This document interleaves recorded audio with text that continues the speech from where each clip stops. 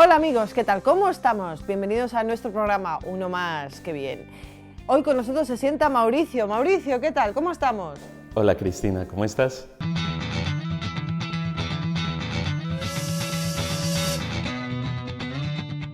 Mauricio, cuéntanos un poco sobre tu infancia, si rezabas o no, cómo era tu familia. Pues ahora que haces la pregunta de la familia, Cristina, pues tengo que hacer como mención que en mi familia no todo el mundo ha sido católico, al menos la presencia de la religiosidad, especialmente el catolicismo, que es aquello que predomina en los países de Sudamérica, no era lo más predominante en mi familia. De hecho, figuras religiosas en casa, mi mamá y mi abuela paterna, pero si es que yo me voy a poner a mirar a mi hermano, a mi papá, a mis tíos por ambos apellidos, no recuerdo figuras así católicas que fueran personas de rezar, de ir a la misa, no. Sí recuerdo que mi mamá esporádicamente hacía el rosario, que de vez en cuando me decía vaya a misa, y que sí recibí los sacramentos de todo católico, pero fue algo más por tradición, era algo más como por costumbre, algo más habitual dentro de las familias, pero no por ni el por qué ni el para qué de estas cosas. Entonces, no tengo una figura, un referente religioso en casa. Y claro, pues esa fue la realidad que me acompañó como en mi infancia.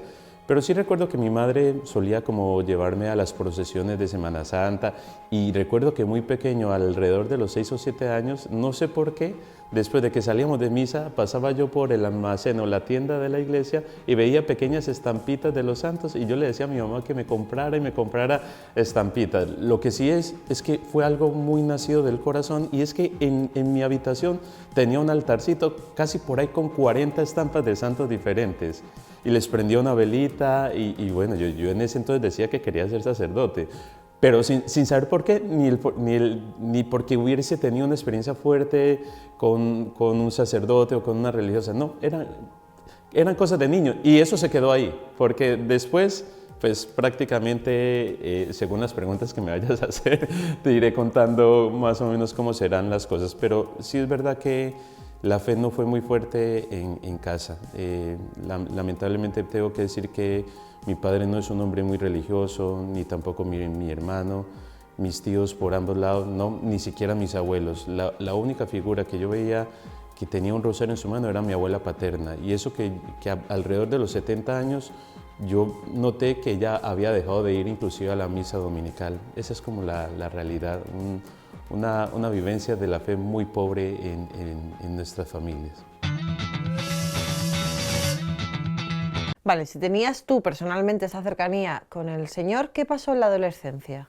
Es bastante fuerte. A ver, mi infancia está marcada por algunos acontecimientos, pues, digamos, un poco dolorosos, porque en algunos momentos en los que habían reuniones familiares, recuerdo que hubo una persona ajena a la familia que trató de intimidar mi integridad, pues como la pureza de mi vida. No llegamos al extremo de una violación, pero sí fue una cosa muy fuerte que abrió unos baches muy grandes en la parte de mi vida sexual, por así decirlo, y que abrió todo un campo a una serie de adicciones muy fuertes en la vida sexual, desde muy temprana edad, desde niño. Y claro, en la adolescencia empieza como de manera muy silencioso esa realidad, pero que la vivía de una manera muy callada, o sea, muy a expensas de los ojos aún de mis propios padres. Pero también recuerdo que alrededor de los 15, 16 años, cuando estaba en el colegio, la poca fe que tenía, me crucé con una profesora de filosofía que recalcaba y puntualizaba mucho en algunos filósofos padres de la sospecha, especialmente en Nietzsche. Y claro, solía mucho nombrar aquella frase y aquella máxima de él que uno tenía que darle muerte a Dios, porque uno tenía que librarse de esas cadenas y esos prejuicios religiosos que no le daban una autenticidad en la libertad del hombre. Y yo me limité a decirle a ella, venga, profe, ¿y usted ya lee ya le dio muerte a Dios y ella dijo, pues en esas estoy.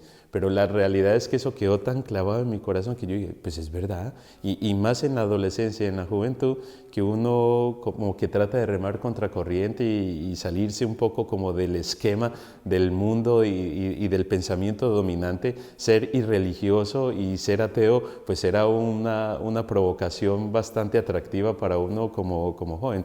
Entonces yo recuerdo que más o menos de entre los 12 años y los 22 años hubo un vacío existencial y un vacío de Dios muy fuerte en mi vida. Entonces prácticamente caí en la indiferencia, empecé a leer fuertemente a algunos padres de la sospecha, especialmente Nietzsche, Marx, y en algún momento pues no me reconocí ateo, pero sí creo que simpaticé mucho con el agnosticismo, es decir, no tengo muchos argumentos para decir que Dios existe, pero tampoco tengo muchos argumentos para decir que Dios no existe. Y en ese tiempo fue una locura porque más o menos a los 17 años empieza un atractivo muy fuerte por las fiestas electrónicas, de música electrónica. Y cuando me abro a esta oportunidad, con esta oportunidad fue unas puertas abiertas a muchas cosas. Al éxtasis, y no voy a decir toda la cantidad de drogas que pude haber probado en ese entonces, pero claro, para uno sostenerse en pie en fiestas que eran alrededor de 3 o 4 días a un ritmo muy fuerte, pues uno tenía algo. Pero también experimentaba que en medio de estas fiestas, en medio del alcohol, en medio de mis amigos, en medio de una vida desordenada a veces con las mujeres, había un vacío continuo. O sea, en casa te puedo decir, Cristina, que nunca faltó nada. Mi papá siempre tuvo un buen empleo y gracias a Dios materialmente nunca hubo nada. O sea, podía tener una buena universidad, tenía amigos, tenía un coche, vestía bien, de buena marca y todo esto. Pero yo no podía engañarme a mí mismo. Muchas veces en las noches yo llegaba y lloraba en mi habitación. Los testigos solamente eran las 4 paredes de mi habitación y la almohada. Y lloraba, pero no sabía el motivo de este llanto, no sabía el motivo de esta tristeza. ¿Se puede decir entonces que tenías una total ausencia de Dios? Sí, era una ausencia de Dios, porque yo anhelaba con todo mi corazón que Él existiera.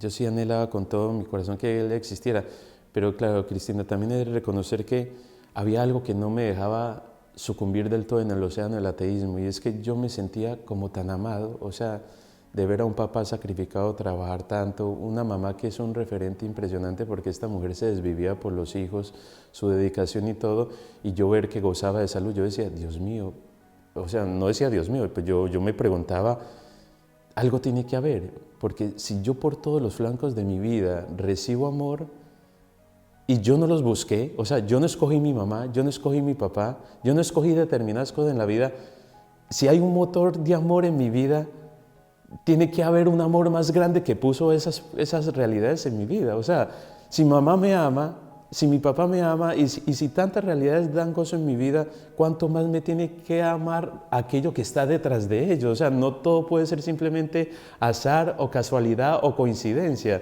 Recuerdo una frase de Gilbert Chesterton que él decía que la triste historia de un ateo es que no sabe a quién agradecer cuando se siente agradecido. O sea, la triste historia del ateo es que no sabe a quién agradecer cuando se siente beneficiado por tantas realidades. Más o menos así dice la frase. Y eso como que no me deja naufragar del todo en el ateísmo, Cristina, de ver tantas experiencias de amor auténticas en mi vida que me llevaba a preguntarme, tiene que haber algo más allá. Pero esa no fue mi conversión como tal, o sea, simplemente era la inquietud que había en el corazón. Pero sí había un vacío muy fuerte, que no lo llenaba ni las fiestas, que no lo llenaban ni las relaciones afectivas, que no lo llenaba mi familia, que no lo llenaban las realidades materiales, ni siquiera las realidades intelectuales. O sea, yo necesitaba algo que se pusiera por encima de la inteligencia, que se pusiera por encima de las criaturas, que se pusiera por encima del placer. Y bueno, más o menos por ahí nos vamos encaminando a lo que fue el encuentro definitivo con Él. Vale, pero cuando estabas en esta situación, tú no buscabas a Dios. Entonces, ¿quién fue el que dio el primer paso? ¿Fuiste tú o fue Él quien se te puso ahí? ¿Quién te encontró? ¿Quién se te puso en el encuentro? Yo creo que más bien él fue el que llegó al paso, pero llegó al paso porque yo ya le buscaba. Algo parecido a lo que le dice el Señor a este Blaise Pascal. No me estuvieses buscando si antes no me hubieras encontrado. Claro, para uno buscar, uno tiene que saber qué es lo que está buscando, para saber a dónde dirigirse. Y le buscaba, aunque no sabía dónde le buscaba, ni cómo le buscaba, pero cuando uno tiene este apetito devorador de felicidad, de placer, de belleza, de bondad, es a él quien busca, pero le buscamos por lugares muy distintos. Y la triste historia es que cuando le buscamos por fuera del camino que él realmente quiere, pues nos hacemos más esclavos de las cosas. Y ahí fue donde llegó el momento crucial. Porque en mi adolescencia nunca tuve una relación afectiva estable. Entonces yo me dedicaba a conocer a chicas y bueno, aunque no soy muy bonito, pero no me faltaba la conquista de vez en cuando. Pero nunca quise una relación sentimental estable, simplemente relaciones amorosas de fin de semana, algo así, durante la semana, pero nada más. Pero a mis 22 años yo dije, no, estoy cansado de esto, quiero una relación amorosa estable, alguien con quien compartir, alguien con quien proyectar, y llegó.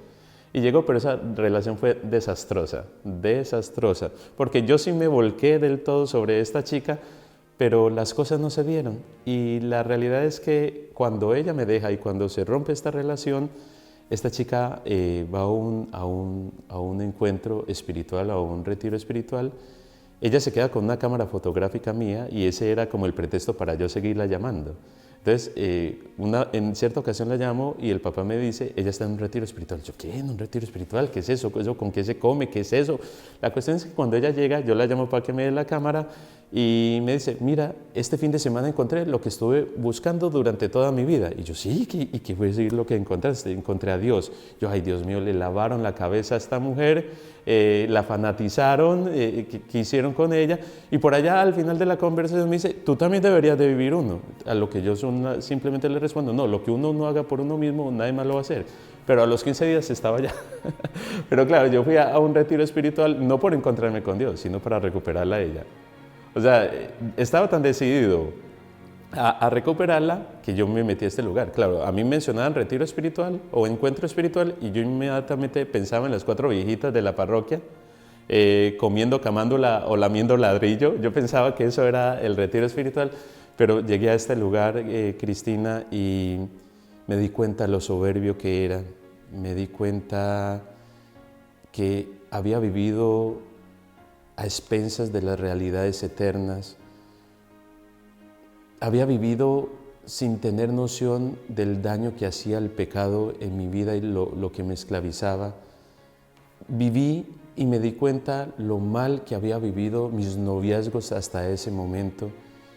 Llegué a ese momento y experimentar el amor de Dios, pero experimentarlo no de una manera teórica, no de una manera conceptual. Dios se salió de ese ámbito de las hipótesis, de los conceptos, de la teoría y de las catequesis de antes. Fue una experiencia sacudidora. O sea, al principio el encuentro con el Señor fue una necesidad afectiva, después fue una búsqueda racional, para después terminar consolidándose tanto en mi corazón como en mi cabeza. Fue algo impresionante. Concretiza un poco más cómo fue ese retiro. Bueno, la verdad es que la hermana de esta exnovia mía había vivido y había servido, vivió primero y después empezó a servir un retiro de una comunidad que se llama Lazos de Amor Mariano. Y esta comunidad pues tiene un apostolado que es precisamente estos retiros donde usualmente pues, muchas personas frecuentan ir. Y claro, fue en este retiro, inicialmente hay un momento donde hay una de las charlas que se llama humildad y soberbia, humildad versus soberbia, y me di cuenta que yo no tenía argumentos, o sea, que no eran razones, que simplemente era un deseo de que Dios no existiera para que yo simplemente pudiera hacer lo que se me diera la gana. Claro, si no había una autoridad moral, simplemente el hombre haga lo que quiera. Entonces fueron una serie de charlas que me fueron llevando poco a poco, pero también fueron unas dinámicas muy fuertes que representaban la realidad del pecado, una experiencia con la Virgen María impresionante, o sea, experimentar que tenía una mamá que amaba de una manera tan tierna, de una manera tan perfecta, que ella era un reflejo visible de Dios. Es que tratar como de explicar todo lo que fue ese fin de semana, porque fueron 4 días muy intensos, donde intelectualmente el Señor sacudió fuertemente, pero también penetró tremendamente en el corazón. Aunque la dinámica es distinta, pero luego de que salí de allí me identifiqué mucho con un santo de la iglesia, Charles de Foucault, porque él toda la vida pues, fue también como escéptico y después en uno de sus escritos veo que él dice como una vez que supe que Dios existía, ya no puede vivir para otra cosa fuera de él, y yo creo que eso fue a partir de ese fin de semana, Cris. Vale, después de salir de ese retiro, ¿se produce ya el cambio de agujas? O sea, ¿va todo sobre ruedas? ¿Te conviertes? No, al contrario. Al contrario, porque digamos que cuando uno está en las garras del enemigo, el enemigo no interviene. O sea, no tiene que luchar con uno. La lucha y el combate serio empieza desde el mismo momento de la conversión de uno. Haciendo un paréntesis, Cristina, quisiera como decir que habían unas realidades que me mantenían muy atado, por lo que les decía al principio, que a partir de esta experiencia triste de mi infancia, de esta intimidación sexual, que se desencadenaron muchas cosas en mi vida, cosas que yo por mí mismo nunca era capaz de romper.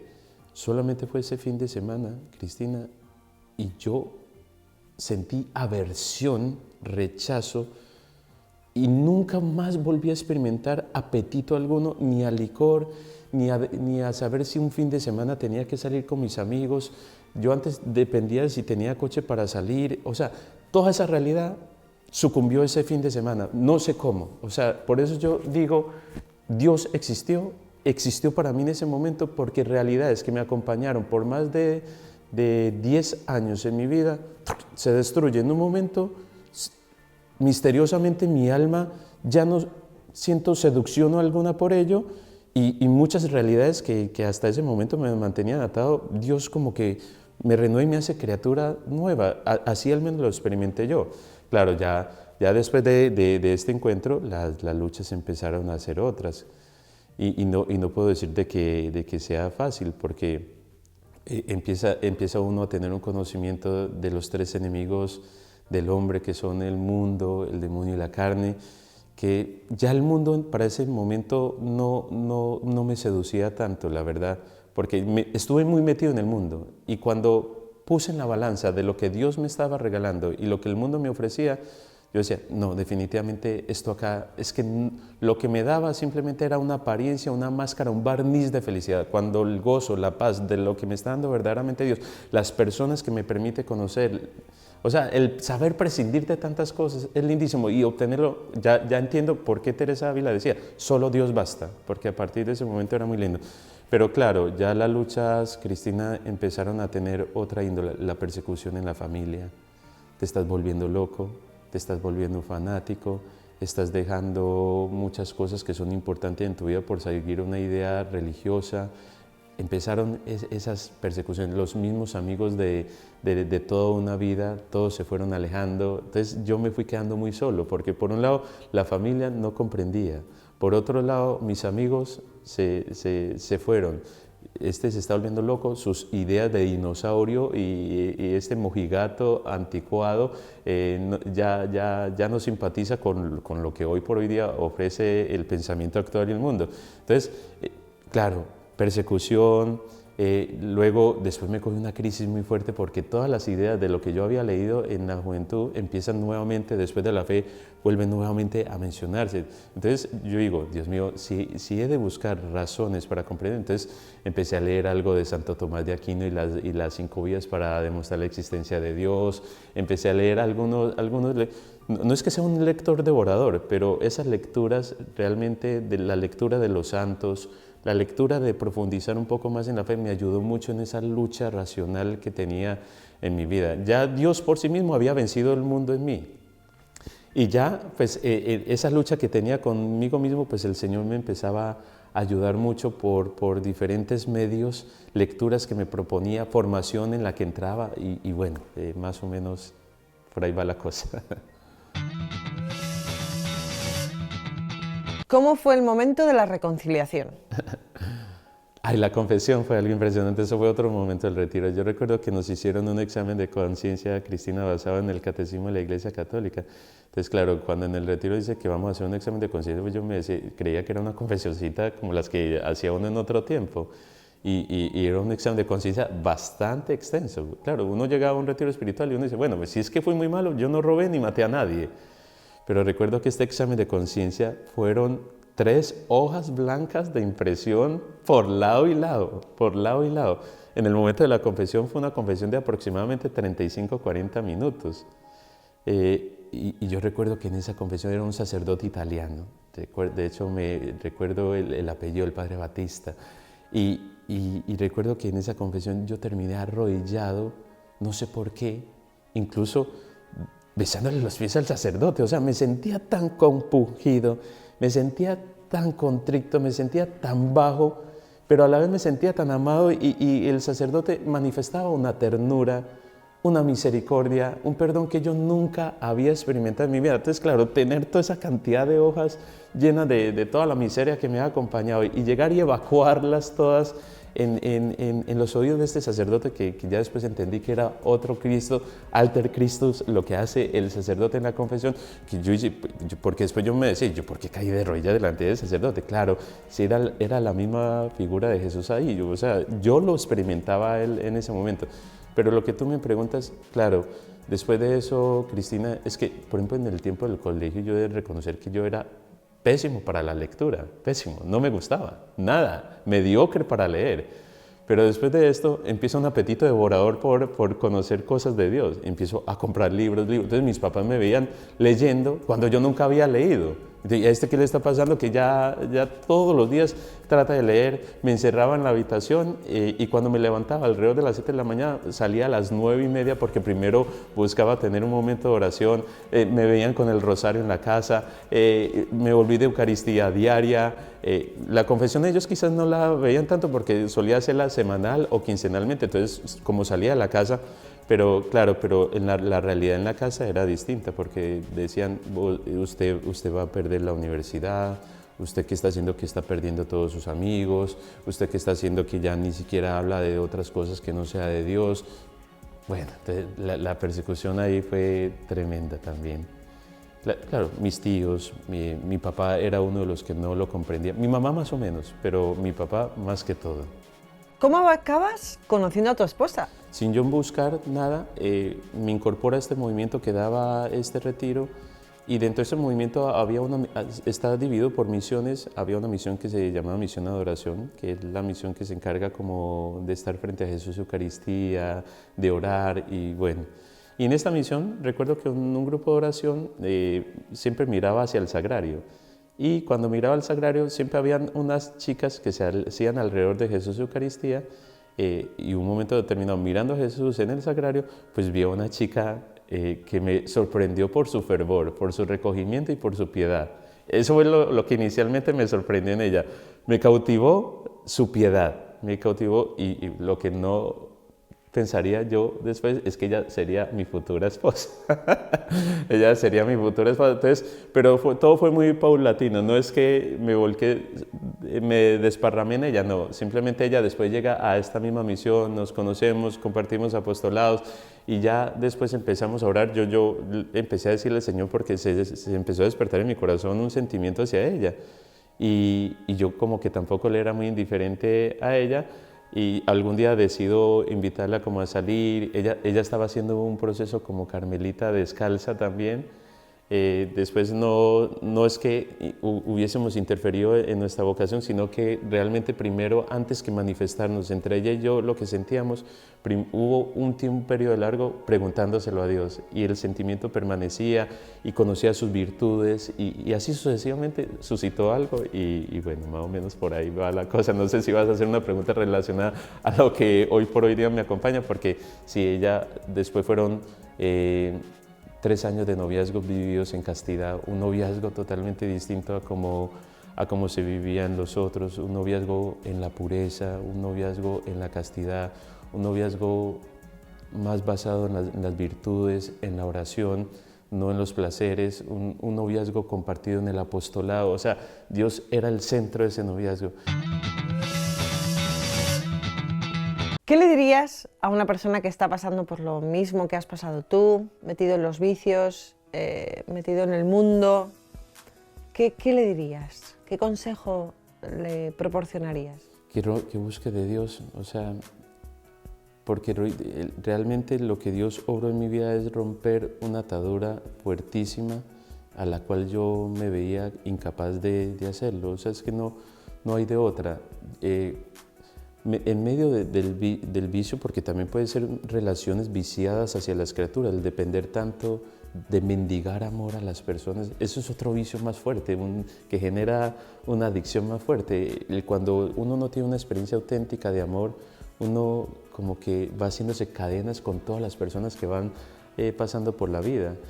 Yo pude haber tenido algunos vicios corporales, pero también era más grande el vicio de mi corazón, el no sentirme amado, que me llevaba a buscar esas otras cosas.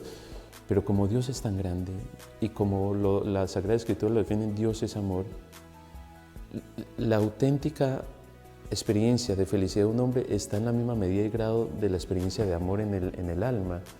Y si Dios es amor, mi alma está diseñada para ello. Por eso cuando el alma se vacía de todo lo que no es Él, Él viene a ocupar esa realidad y por ende todas esas realidades que nos ataban, pues vienen. Entonces, yo no es que le diga no busquen psicólogos, no busquen psiquiatras, no, busquen una experiencia auténtica con Jesús, busquen una experiencia auténtica con la Virgen María.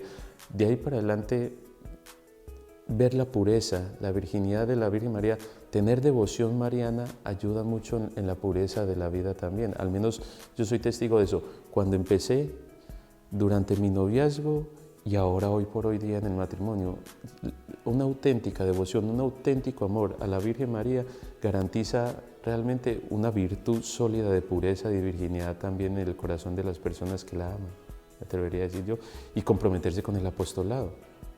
Renunciar al mundo, comprometerse al apostolado, llevar una vida de oración y una auténtica devoción mariana. Mauricio, muchísimas gracias por tu testimonio. Gracias. A usted, Cristina, por invitarme. Gracias a ustedes.